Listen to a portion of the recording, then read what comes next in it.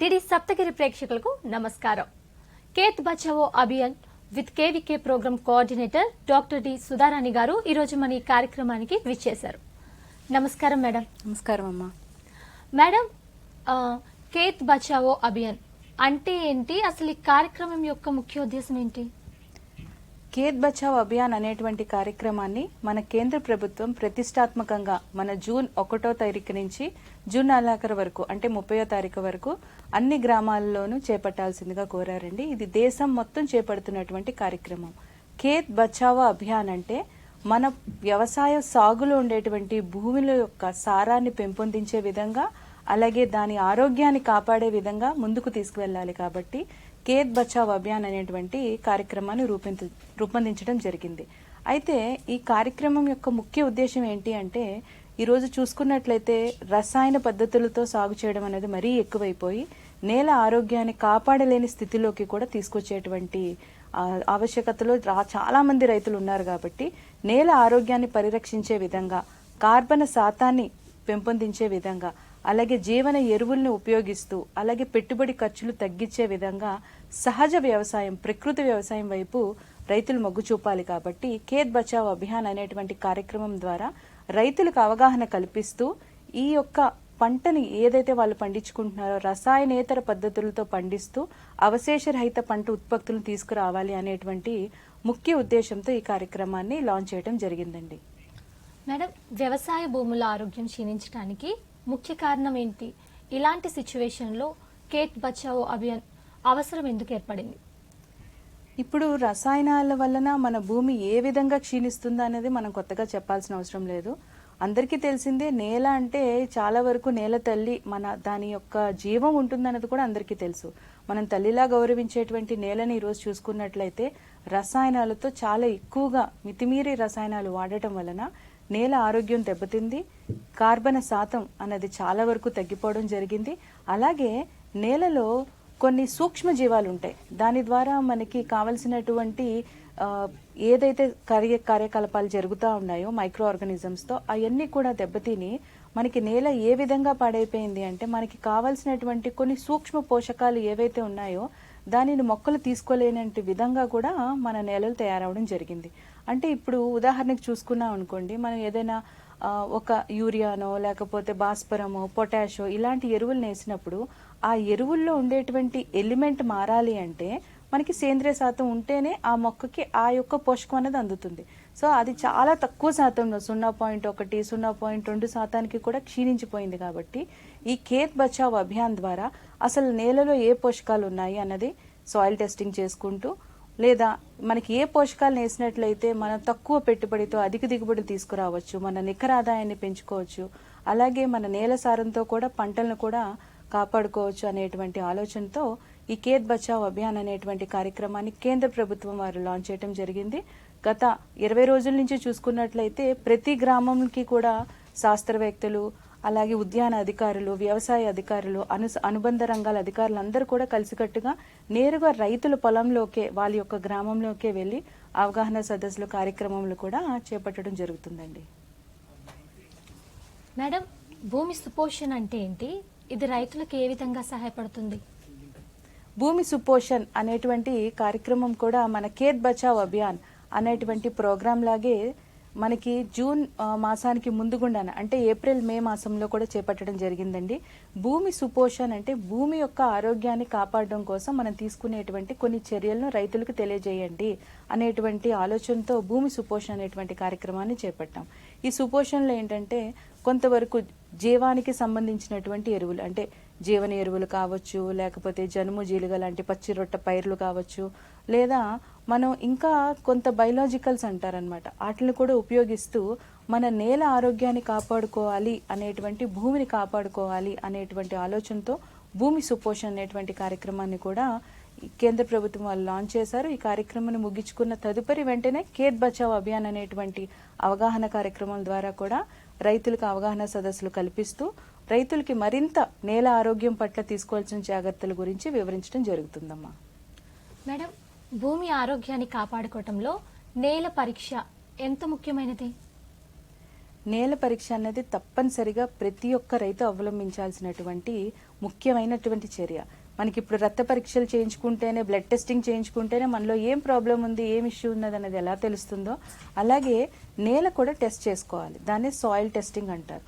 ఎప్పుడైతే మన నేలని మనం పరీక్ష చేసుకుంటామో ప్రధాన పోషకాలు ఏ విధంగా ఉన్నాయి అంటే ఉదాహరణకి నత్రజని కానీ, భాస్వరం కానీ, పొటాష్ కానీ ఎలా ఉన్నాయి అనేది మనకు తెలుస్తుంది. అలానే ఉదజని శాతం pH అంటారు, అది ఎంతలో ఉంది, చౌడు ఉందా, లేకపోతే చౌడు తక్కువగా ఉంటే మనం ఏమైనా చేయాల్సిన అవసరం లేదా, ఎక్కువగా ఉంటే ఏ విధంగా మన పంటను రక్షించుకోవాలి అనేటువంటి కొన్ని చర్యలు కూడా మనం తెలుసుకోవచ్చు. ఈ సాయిల్ టెస్టింగ్ వల్ల మనకి ఇంకా చాలా రకాలైనటువంటి పోషకాలు అంటారు, సూక్ష్మ పోషకాలు, ఉదాహరణకి జింక్ కానీ, ఐరన్ కానీ, ఇవి చాలా తక్కువ మోతాదులోనే మొక్కకు అవసరం అవుతాయి. కానీ అవి మన భూమిలో ఉన్నాయా లేదా అన్నది కూడా మనం తెలుసుకునేటువంటి అవకాశం ఎంతైనా ఉంటుంది. అందుకని ప్రతి ఒక్కరు కూడా ఈ సాయిల్ టెస్టింగ్, నేల పరీక్షలు చేయించుకోవాలి. అలానే భూసార ఆధారిత ఎరువుల యాజమాన్యం అంటారు. అంటే నేల పరీక్ష ద్వారా వచ్చేటువంటి రిపోర్ట్ను బేస్ చేసుకొని మనం ఏ విధంగా పోషకాలు మొక్కలకు అందజేయాలి అనే దాని మీద కనుక దృష్టి పెట్టినట్లయితే చాలా వరకు పెట్టుబడులు కూడా రైతులు తగ్గించుకునేటువంటి అవకాశం ఎంతైనా ఉంటుంది. మేడం, నేల పరీక్ష ఆధారంగా రైతులు పంటల నిర్వహణలో ఎలాంటి మార్పులు తీసుకోవాలి? అంటే మార్పులు అంటే ఇప్పుడు రైతులకి ఎలాంటి అలవాటు ఉంటుందంటే పక్క వాళ్ళు ఒక బస్తా వేస్తే మనం 1.5 వేద్దామా, లేదా వాళ్ళు వేశారు కాబట్టి మనం కూడా వేయాలి, లేదా కిందటి ఏడు ఇట్లా వేయడం వలన నాకు ఎక్కువ దిగుబడి వచ్చింది కాబట్టి ఈసారి కూడా ఇట్లా వేస్తాను అనేటువంటి ఆలోచనలో ఉంటారు. అలా కాకుండా ఇప్పుడు భాస్వరం నిల్వలు చూసుకున్నట్లయితే కొన్ని జిల్లాల్లో భాస్వరం శాతం అనేది చాలా ఎక్కువగా నేలలో ఉంటుంది. కానీ అది దాన్ని కరిగించి మొక్కకి అందజేసేటువంటి రూపాన్ని కనుక మనం మార్చుకున్నట్లయితే మనకి ఏ విధంగా మొక్కలకు ఉపయోగపడుతుందో తెలియజేయొచ్చు. అలానే ఈ సాయిల్ టెస్టింగ్ రిపోర్ట్లో ఏ విధంగా రాస్తారంటే మీకు ప్రధాన పోషకాలు విలువలు ఇలా ఉన్నాయి అంటే మనకి అవసరమైన దానికన్నా కూడా తక్కువ శాతం ఉన్నట్లయితే ఎంత శాతం ఎక్కువ వేసుకోవచ్చో కూడా రిపోర్ట్లో జత చేసి ఉంటుంది.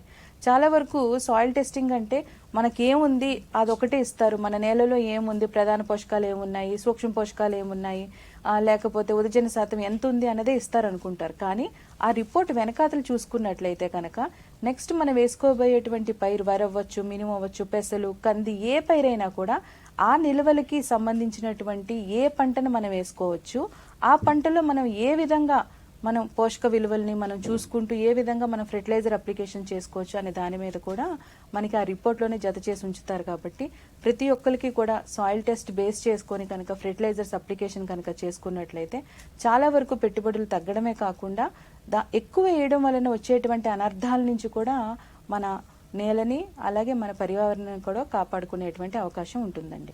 బ్యాలెన్స్డ్ యూజెస్ ఆఫ్ ఫెర్టిలైజర్స్ అంటే ఏంటి? ఇవి మన భూమి ఆరోగ్యాన్ని ఏ విధంగా మెరుగుపరుస్తాయి? బ్యాలెన్స్డ్ ఫెర్టిలైజర్ యూజ్ అంటే మనం యూజ్ చేసేటువంటి ఫెర్టిలైజర్స్ని జుడిషియస్గా వాడుకోవాలి. అంటే ఇంకా బాగా చెప్పాలి అంటే మనం సమతుల్యత పాటించాలి.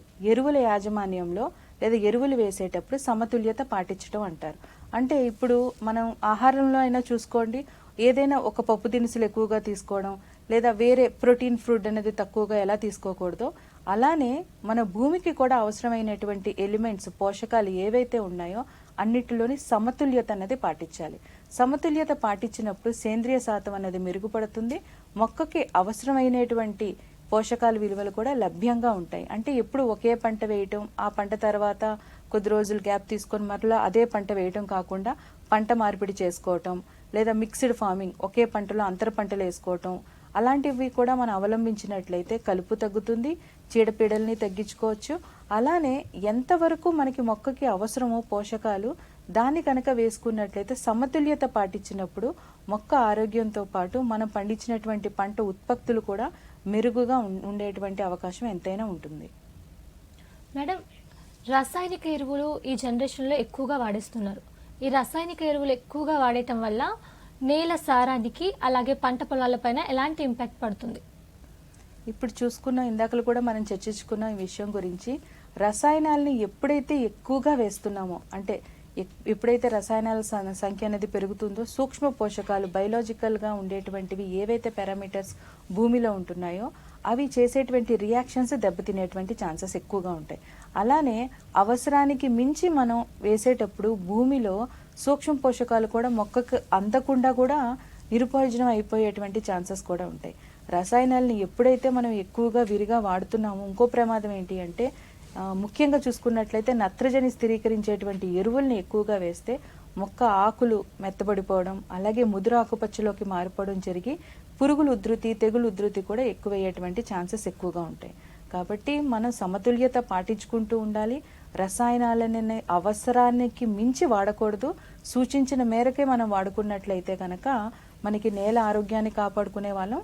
అలానే పంటలు ఉత్పత్తి చేసేటప్పుడు కూడా రసాయనాల శాతం ఎక్కువ అయ్యే కొద్దీ మనకి పండించేటువంటి పంట ఉత్పత్తి కూడా మనకి కొనుగోలుదారులు అంటే ఎక్స్చేంజ్ చేసుకునేటప్పుడు కానీ ఎక్స్పోర్ట్ వాల్యూ కూడా కోల్పోకుండా ఉంటామండి.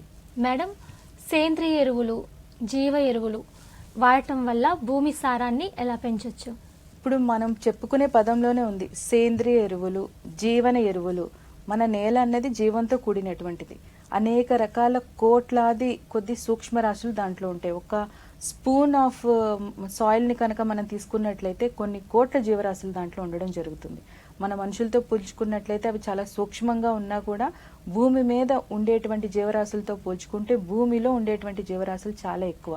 కాబట్టి జీవన ఎరువుల్ని వాడుకునేటప్పుడు అంటే అసలు జీవన ఎరువులు అంటే ఏంటి అనుకోవచ్చు. జీవన ఎరువులు అంటే ఏంటంటే వాటిలో అంటే ఇప్పుడు ఉదాహరణకి నత్రజని స్థిరీకరించేటువంటి ఎజోస్పైరులం కానీ, ఎజోబ్యాక్టర్ కానీ, ఎజుల్లా కానీ ఇవన్నీ సహజ సిద్ధంగా ప్రకృతిలోనే ఉంటాయి. వాటిల్ని మనం రసాయనాల రూపంలో జీవన రసాయనాలుగా తీసుకొచ్చి మనం రైతులు కనుక అందజేసినట్లయితే చాలా వరకు సేంద్రియ శాతం అనేది పెరుగుతుంది. చాలా మంది అనుకుంటారు ఇప్పుడు జీవన ఎరువులు వాడామనుకోండి అవి ఎక్సెస్గా వాడాలి, అవి మళ్ళీ పెట్టుబడులు ఎక్కువగా పెట్టుకోవాలి, అంటే మేము వేసేటువంటి ఆర్టిఫిషియల్ కెమికల్స్ వేస్తూ కూడా జీవన ఎరువులు అదనంగా వాడుకుంటే మాకు పెట్టుబడి ఎక్కువ అవుతుంది అంటారు రైతు సోదరులు. కానీ రైతులందరూ గుర్తుపెట్టుకోవాల్సినటువంటి విషయం ఏంటి అంటే జీవన ఎరువులు కనుక మనం వాడడం మొదలు పెడితే 25% వరకు కూడా కెమికల్ ఫెర్టిలైజర్స్ కన్సంప్షన్ అనేది మొక్కకి అవసరం అనేది తగ్గించుకోవచ్చు. అంటే ఇప్పుడు 100% యూరియాలు, పొటాష్లు, భాస్వరాలు, డిఏపీలు ఇవి వేసే బదులుగా మనం వాడేటువంటి ఈ రసాయనాలను 75% వరకే వాడుకుంటూ మిగతా 25% కనుక జీవన ఎరువుల్ని మనం వినియోగించుకున్నట్లయితే పెట్టుబడి తగ్గుతుంది, భూసారము పెరుగుతుంది, జీవరసాయన సంఖ్య పెరుగుతుంది. అలానే ఫ్యూచర్లో అంటే భవిష్యత్తులో మనం చూసుకున్నట్లయితే కనుక అవశేష రహిత పంట ఉత్పత్తుల మీదే మనం మొత్తం ప్రకృతి వ్యవసాయం మీదే ఫ్యూచర్ ఉంటుంది. కాబట్టి ఎంతైనా మనం కెమికల్ ఫెర్టిలైజర్స్ని కంట్రోల్ చేసుకోవాలి అంటే జీవన ఎరువులు, సేంద్రియ ఎరువులు వాడకం అనేది తప్పనిసరిగా ప్రతి ఒక్క రైతు పాటించాల్సి ఉంటుంది. మేడం, ఆర్గానిక్ ఫార్మింగ్ చేయటం వల్ల వినియోగదారులకు అలాగే రైతులకు ఎలాంటి ఉపయోగం ఉంటుంది? ఇప్పుడు చాలా మంది మేడం మేము ఆర్గానిక్ ఫార్మింగ్ చేస్తున్నాం, సేంద్రియ వ్యవసాయం చేస్తున్నాం, లేదా ప్రకృతి వ్యవసాయం చేస్తున్నాం, సహజ పద్ధతుల్లోనే మేము చేస్తున్నాము, ఎటువంటి పిచికారీలు చేస్తలేదు, మాకు పండించేటువంటి పంట ఉత్పత్తులు ఎక్కువ ఖరీదుకి వెళ్ళట్లేదు అని చాలా మంది రైతు సోదరులు అయితే మాకు చెప్తూ ఉంటారండి. ఇందులో 2 గమనికలు. సేంద్రియ వ్యవసాయం కానీ ప్రకృతి వ్యవసాయం కానీ చేసే వాళ్ళకి మొదటి 3 సంవత్సరాలు అయితే కనుక 2 నుంచి 3 సంవత్సరాల వరకు దిగుబడులు కెమికల్ ఫెర్టిలైజర్స్తో పోల్చుకుంటే తగ్గుతాయి. తగ్గుముఖం అన్నది మొదటి 2-3 సంవత్సరాల్లో మాత్రం గమనించడం జరిగింది. తర్వాత యథావిధిగా అంటే కెమికల్ ఫెర్టిలైజర్స్ వాళ్ళు వేసిన విధంగానే మనకి సహజ పద్ధతులు చేసే వాళ్ళకి కూడా అదే దిగుబడులు రావడం కూడా గమనించడం జరిగింది. ఇటీవల మనం చూసుకున్నట్లయితే మొంతా సైక్లోన్ కానీ, ద్విత్వా సైక్లోన్ కానీ, అలాగే హెవీ ఫ్లడ్స్ వచ్చినాయి కృష్ణా జిల్లాకి. ఇలాంటప్పుడు కూడా మన నెల్లూరులో కానీ, చిత్తూరులో కానీ ఎక్కడైనా కూడా జీవన ఎరువులు వేస్తూ లేదా ప్రకృతి వ్యవసాయం చేసిన వాళ్ళకి తక్కువ రసాయనాలు వాడిన వాళ్ళు పైరు పడిపోకుండా నిలబడ్డం అనేది గమనించడం జరిగింది. అంటే సేంద్రియంగా ప్రకృతిలో ఇచ్చేటువంటి ఎరువులు సహజంగా కనుక మనం వినియోగించుకున్నట్లయితే ప్రకృతి వైపరీత్యాలను కూడా తట్టుకునేటువంటి అవకాశం ఎంతైనా ఉంటుంది. కాబట్టి రైతు సోదరులు సేంద్రియ వ్యవసాయం వైపు మగ్గు చూపుకుంటూ, చాలా మందికి సర్టిఫికేషన్ అనేటువంటి ఒక ప్రాసెస్ తెలియదండి. ఎవరైతే సేంద్రియంగా చేసుకుంటున్నారో NPOP, national production for organic products అనేటువంటి ఒక సర్టిఫికేషన్ ఉంటుందని మన స్టేట్ గవర్నమెంట్ వాళ్ళ దగ్గర. సో దగ్గరలో ఉండేటువంటి వ్యవసాయ అధికారిని కానీ, కృషి విజ్ఞాన కేంద్రాన్ని కానీ సంప్రదించండి. అక్కడ సర్టిఫికేషన్ ప్రాసెస్ ద్వారా కనుక మనం పండించినటువంటి పంట ఉత్పత్తులు ఆర్గానిక్గా ఉన్నాయి అని తేలితే కనుక మనకి సర్టిఫికేట్ ఇస్తే మనం మార్కెట్ ప్రైస్ అనేది డబుల్ రేట్కి అమ్ముకునేటువంటి ఛాన్సెస్ ఉంటాయి. సో ఈ యొక్క సమాచారాన్ని రైతు సోదరులు తెలుసుకోండి. ఇంకా మరిన్ని వివరాలు కావాలి అనుకుంటే ఆ సర్టిఫికేషన్ ప్రొసీజర్స్ గురించి కానీ, దేని గురించి కానీ దగ్గరలో ఉండేటువంటి వ్యవసాయ అధికారిని కానీ లేదా కృషి విజ్ఞాన కేంద్రాన్ని కూడా సంప్రదించండి. ప్రాసెస్ అంతా కూడా మేమే చేసి పెడతామండి. మేడం, సహజ వ్యవసాయం యొక్క ముఖ్య లక్షణం ఏంటి, అలాగే ఇది మన భూమి పరిరక్షణకు ఏ విధంగా ఉపయోగపడుతుంది? ఇప్పుడు సహజ వ్యవసాయం అన్నా ప్రకృతి వ్యవసాయం అన్నా ఏంటి అంటే దీంట్లో ముఖ్య లక్షణం ఏంటంటే ప్రకృతిలో లభించేటువంటి వాటిన్నే ఉపయోగిస్తూ, అంటే జీవామృతం కానీ లేకపోతే ఘనజీవామృతం అంటారు, ద్రవజీవామృతం అంటారు, లేదా నీమాస్త్రాలు, ఇట్లా ప్రకృతిలో లభించేటువంటి వాటితోనే మనం చీడపీడల ఉధృతిని తగ్గించడం కానీ లేదా మొక్కను బలోపేతం చేయడం కానీ ఇలాంటివన్నీ కూడా మనం ఉపయోగించడమే సహజ సిద్ధంగా వచ్చేటువంటి వ్యవసాయం, అంటే సహజ వ్యవసాయం లేదా ప్రకృతి వ్యవసాయం. ప్రకృతిలో ఉండేటువంటి వాటిని వనరులనే ఉపయోగించుకుంటూ చేసేటువంటిది ప్రకృతి వ్యవసాయం. దీంట్లో ప్రధాన సూత్రం ఏమిటి అంటే ప్రకృతి వ్యవసాయం అనేది నేల పరిరక్షణ కోసం, అలానే అవశేషరహిత పంట ఉత్పత్తుల కోసం మన ఆరోగ్యరీత్యా తీసుకునేటువంటి వ్యవసాయాన్నే ప్రకృతి వ్యవసాయం అంటారు. దీని ద్వారా మన నేల ఎలా పరిరక్షించుకోవచ్చు అని మీరు అడిగారు. దీని ద్వారా ప్రకృతిలో ఉండేటువంటివే ప్రకృతికి ఇచ్చేస్తున్నాం కాబట్టి నేలని డిస్టర్బ్ చేయకుండా ఉంటాము. సూక్ష్మజీవాలు ఏవైతే ఉన్నాయో దాని చర్యలను అవి యథావిధిగా జరుపుకుంటూ ఉంటాయి కాబట్టి రసాయనిక చర్యలను ఏ విధంగానూ ఉపయోగించము కాబట్టి మన నేల 100కి 100% కూడా పరిరక్షించబడుతుంది. కానీ ఒకే సంవత్సరంలో మనం అనుకున్నదైతే రాకపోవచ్చు. 1-2 సంవత్సరాలు లేదా 3 సంవత్సరాలు యథావిధిగా ప్రకృతి వ్యవసాయ సూత్రాలన్నీ పాటిస్తూ ఏ విధంగా అయితే మనం కెమికల్ ఫెర్టిలైజర్స్ సాగు చేస్తున్నాం అవన్నీ పక్కన పెట్టేసి ప్రకృతి సాగులో మనం సూచించినటువంటి పద్ధతులను కనుక రైతు సోదరులు పాటించినట్లయితే నేల చాలా సారవంతం అవుతుంది. ముందుకి తర్వాతకి కనుక మనం చాలా టెస్టింగ్స్ లో కూడా పరిశోధనలో కూడా తెలియని విషయం, నేల భౌతిక రూపాలే కాకుండా చూసుకున్నట్లయితే తీసుకునేటువంటి పోషకాల అప్టేక్ కూడా పెరగడం జరిగింది, సేంద్రియ శాతం కూడా పెరగడం జరిగింది. కాబట్టి నేల ఆరోగ్యాన్ని 100కి 100% కూడా ప్రకృతి వ్యవసాయం ద్వారా మనం పెంపొందించుకోవచ్చమ్మా. మేడం, సహజ వ్యవసాయం అలాగే సేంద్రియ వ్యవసాయం మధ్య తేడా ఏంటి? రెండిట్లకి చాలా వరకు పద్ధతులు ఒకేలా ఉంటాయి, కానీ చిన్న భేదన ఏంటి అంటే సహజ వ్యవసాయం అంటే ప్రకృతి వ్యవసాయం అంటే న్యాచురల్ ఫార్మింగ్, ఆర్గానిక్ ఫార్మింగ్ అనేది న్యాచురల్ ఫార్మింగ్. మన చెప్పుకున్నట్లయితే ఆర్గానిక్ ఫార్మింగ్ అనేది మనం ఇప్పుడు సేంద్రియ వ్యవసాయం అంటారు. ఆర్గానిక్ అంటే సేంద్రియం, సహజం అంటే న్యాచురల్. ఇది ఒక్కటే దాని యొక్క డిఫరెన్స్. కాకపోతే ఒక చిన్న భేదన ఏంటి అంటే ఇందాక చెప్పుకున్నాం ప్రకృతి వ్యవసాయం అంటే ప్రకృతిలో లభించినవన్నీ కూడా మనం ఉపయోగిస్తాం. ఆర్గానిక్ వ్యవసాయం సేంద్రియ వ్యవసాయంలో ఏం చేస్తాము అంటే ఇప్పుడు ట్రైకోడర్మా కానీ ఇలాంటివన్నీ కూడా మనకి చనిపోవడం జరిగింది నేలలో, వాటిని ఆర్టిఫిషియల్ గా మనం తయారు చేసి ల్యాబ్స్ ద్వారా ఇనాక్యులేట్ చేసి మళ్ళీ మనం నేలలోకి రిలీజ్ చేయడం అన్నది ఆర్గానిక్ పద్ధతిలోకి వస్తుంది. అదే ప్రకృతి వ్యవసాయంలోకి వచ్చేసేటప్పటికి సహజ వ్యవసాయంలోకి వచ్చినప్పటికీ ఉన్నటువంటి ఏవైతే వనరులు మనకి ప్రకృతిలో లభ్యంగా ఉన్నాయో వాటిని ఉపయోగించడం అనేది ప్రకృతి వ్యవసాయం అమ్మ. పెద్ద తేడా ఏమి లేదు, కాకపోతే చిన్న భేదన ఏంటి అంటే సేంద్రియ వ్యవసాయంలో మనం ఆర్టిఫిషియల్ గా నేచురల్ పద్ధతుల్ని మనం దాన్ని డెవలప్ చేసి ల్యాబ్స్ లో మళ్ళీ రిలీజ్ చేయడం అనేది జరుగుతూ ఉంటుంది. రెండిట్లకి కూడా సర్టిఫికేషన్ పద్ధతులు అనేది వేరువేరుగా ఉన్నాయి. కానీ వన్స్ మనం సర్టిఫికేషన్ చేసుకొని ఆర్గానిక్ గా కానీ లేదా న్యాచురల్ గా కానీ ఫార్మింగ్ చేసినటువంటి రైతులు ఉంటే కనుక అవకాశాన్ని వినియోగించుకోండి. సర్టిఫికేషన్ అన్నది చాలా ఈజీగా ఉంటుందండి. అండ్ ఒక్కసారి కనుక మనకి సర్టిఫికేట్ వస్తే ఎపిడా ద్వారా కూడా ఎక్స్పోర్ట్ క్వాలిటీ, ఇప్పుడు మనం చూసుకున్నట్లయితే చాలా వరకు మనం పండించినటువంటి పంట ఉత్పత్తులు ఎక్స్పోర్ట్ వాల్యూ లేకుండా తిరిగి రావడం జరుగుతుంది. అలా కాకుండా మనం సేంద్రియంగా కానీ న్యాచురల్ సర్టిఫికేషన్ ద్వారా కానీ మన కాయగూరలు కానీ పంట ఉత్పత్తులు ఏవైనా మినువులైనా పెసలైనా షుగర్ కేన్ అయినా ఏదైనా కనుక మనం ఎపిడా ద్వారా ఎక్స్పోర్ట్ అదర్ కంట్రీస్ కూడా ఎక్స్పోర్ట్ చేయాలంటే సర్టిఫికేషన్ ఆర్గానిక్ సర్టిఫికేషన్ కనుక మనకు ఉన్నట్లయితే మన పంట ఉత్పత్తులకి మంచి ధర అన్నది అదర్ కంట్రీస్ లో ఉంటుంది. కాబట్టి ఈ అవకాశం రైతు సోదరులందరూ వినియోగించుకోవాల్సిందిగా కోరుకుంటున్నానండి. మేడం, సహజ వ్యవసాయం చేయాలనుకునే రైతులకి కేవీకే ఎలా ప్రోత్సహిస్తుంది, అలాగే వాళ్ళకి ఎలాంటి టెక్నికల్ గైడెన్స్ ని ప్రొవైడ్ చేస్తుంది? కృషి విజ్ఞాన కేంద్రం ఘంటసాలలో మేము వర్క్ చేస్తున్నామండి. ముఖ్యంగా చెప్పాలంటే కేవీకేలు మన ఆంధ్రప్రదేశ్ మొత్తానికి చూసుకున్నట్లయితే మా ఆచార్య ఎన్జీ రంగా వ్యవసాయ విశ్వవిద్యాలయం తరపున 13 కేవీకేస్ ఉన్నాయి. మిగతా అన్ని కలుపుకున్నట్లయితే ఓవరాల్ గా 23 కేవీకేస్ అనేది మన ఆంధ్రప్రదేశ్ మొత్తంగా కూడా ఉంటున్నాయండి. ప్రస్తుతానికి ఈ ఖేత్ బచావ్ అభియాన్ అనేటువంటి కార్యక్రమాన్ని అన్ని కేవీకే వాళ్ళు వ్యవసాయం మరియు అనుబంధ శాఖలతో కలగలిపి ఈ యొక్క కార్యక్రమాన్ని చేపట్టడం జరుగుతుంది. ఈ సహజ వ్యవసాయం చేసే వాళ్ళకి మా కృషి విజ్ఞాన కేంద్రంలో శిక్షణలు ఇవ్వడం జరుగుతుంది. అలాగే విరివిరిగా మనం వాళ్ళకి కావాల్సిన ప్రతిసారి కూడా క్షేత్ర సందర్శనలు చేయడం జరుగుతుంది. ప్రథమ శ్రేణి ప్రదర్శనలు చేయడం జరుగుతుంది. అలానే డెమాన్స్ట్రేషన్స్ చేసి, అంటే ఏదైనా చూస్తేనే రైతులు నమ్మకం అన్నది రైతులకు వస్తుంది కాబట్టి వాళ్ళు నేరుగా ఒక్కొక్క విలేజ్ లో ఒక్కొక్క ప్లాట్ ని ఏర్పాటు చేసి, ఇదిగోండి సేంద్రియంగా ఇలా చేస్తే ఇలా వచ్చింది ఫలితము, లేదా సహజ పద్ధతుల్లో కనుక ప్రకృతి వ్యవసాయం చేస్తే ఇట్లా ఫలితం వచ్చింది అన్నది కూడా నేరుగా డెమాన్స్ట్రేషన్స్, మెథడ్ డెమాన్స్ట్రేషన్స్ కానీ రిజల్ట్ డెమాన్స్ట్రేషన్స్ కానీ చేసి చూపించటం. అలానే ఎవరైతే ఆసక్తి కలిగినటువంటి రైతులు కానీ, రైతు మహిళలు కానీ, రూరల్ యూత్ ఎవరున్నా కూడా నైపుణ్యత వాటికి కావాల్సి ఉంటుంది. ఆ నైపుణ్యతకి తగినటువంటి శిక్షణా కార్యక్రమాలు కూడా మనం ఫ్రీగా వాళ్ళకి ఎటువంటి సర్టిఫికేట్ కోర్సును కూడా మనం ఇవ్వడం జరుగుతుంది. కాబట్టి కేవీకేఎల్ ద్వారా ప్రకృతి వ్యవసాయం చేసే వాళ్ళకి అన్ని రకమైనటువంటి సౌకర్యాలు కూడా అన్ని కృషి విజ్ఞాన కేంద్రాల్లో కూడా ఏర్పాటు చేయడం జరిగిందండి.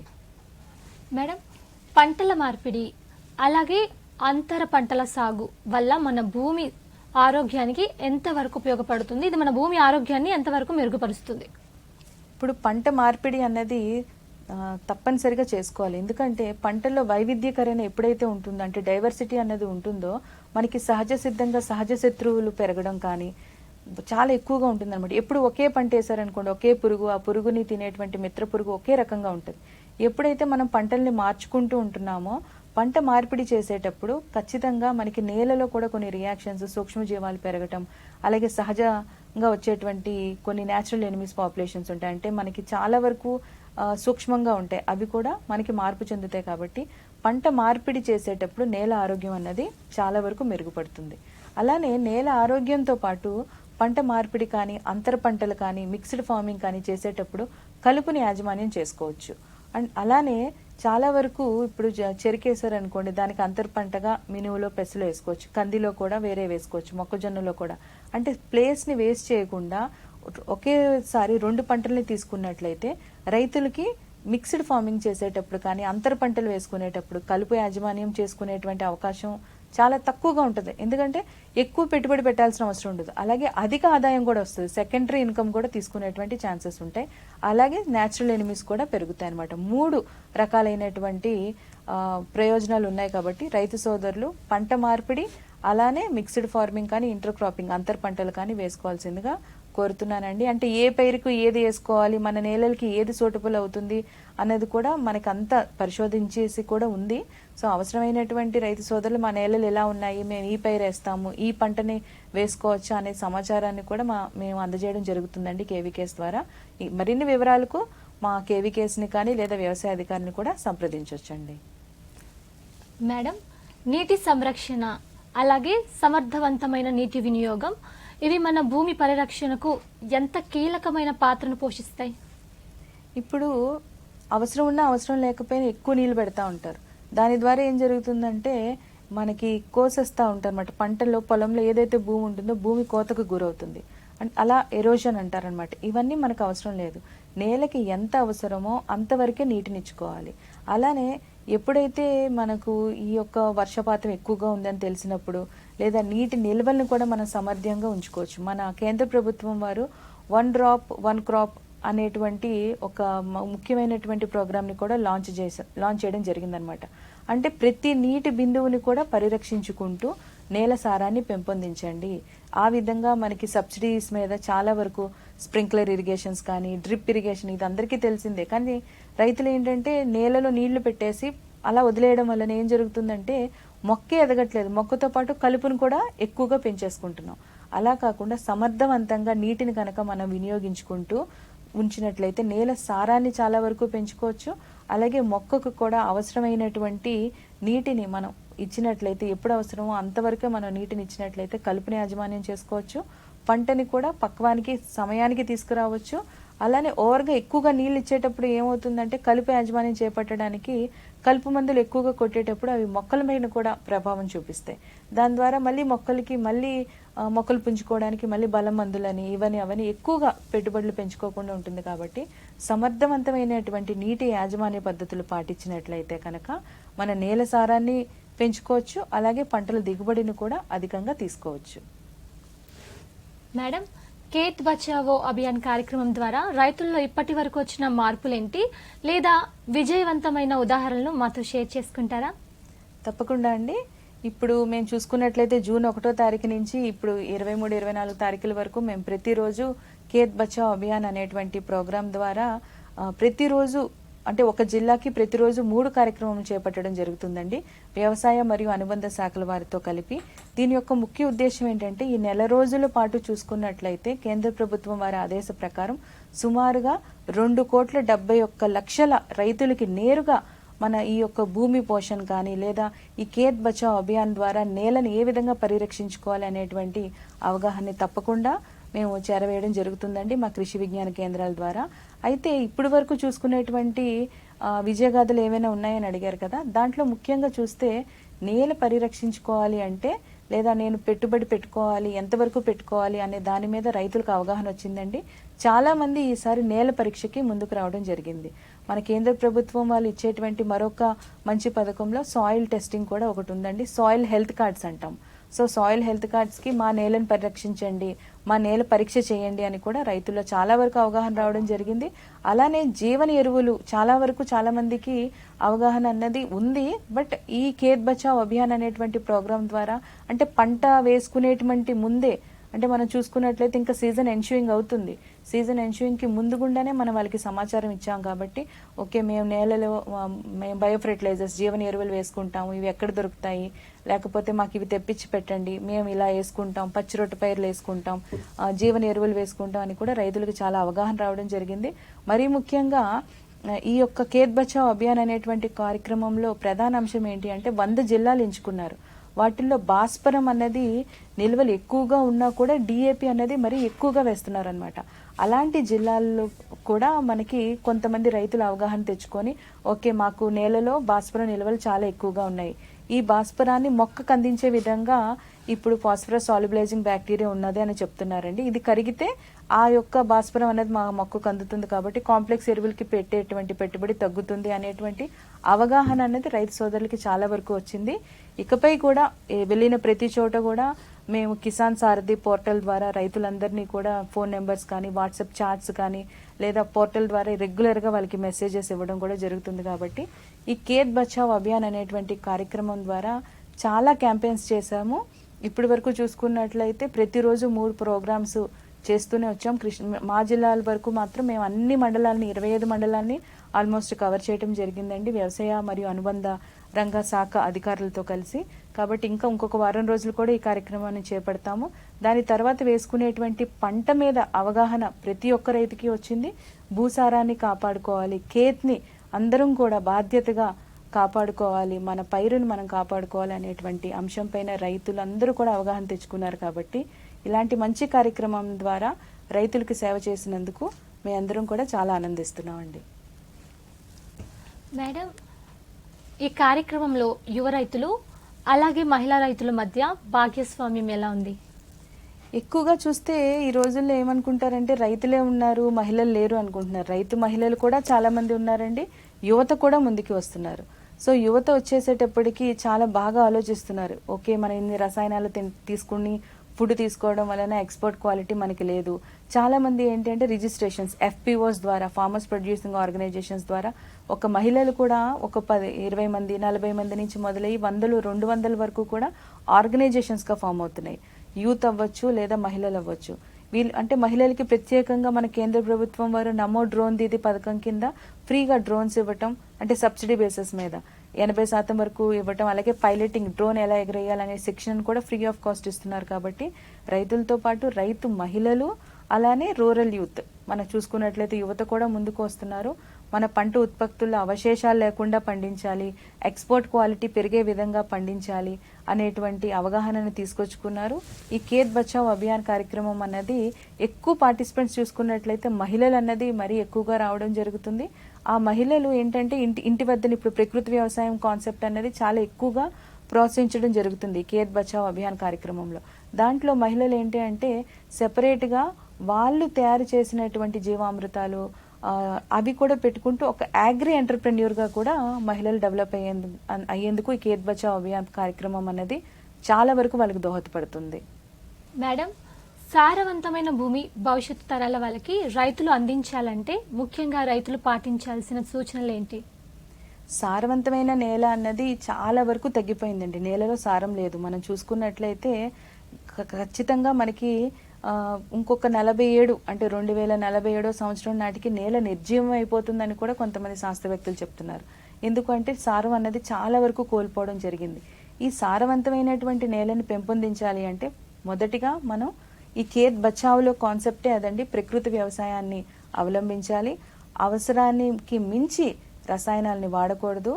ఆ రసాయనాలకి ప్రత్యామ్నాయంగా నానో ఫార్ములేషన్స్ని కానీ లేదా జీవన ఎరువుల్ని కానీ లేదా పచ్చిరొట్ట పైరులను కానీ వాడుకుంటూ నేల యొక్క సారాన్ని పెంపొందించుకునే విధంగా మిక్స్డ్ ఫార్మింగ్స్, ప్రకృతి వ్యవసాయాలు ఇలాంటి పద్ధతులను పాటించుకోవాలని రైతులందరికీ సూచించడం జరుగుతుందండి. మేడం, ఫ్యూచర్లో ఖేత్ బచావో అభియాన్ మరింత విస్తరించడానికి కేవీకే ఎలాంటి ప్రణాళికను రూపొందిస్తుంది?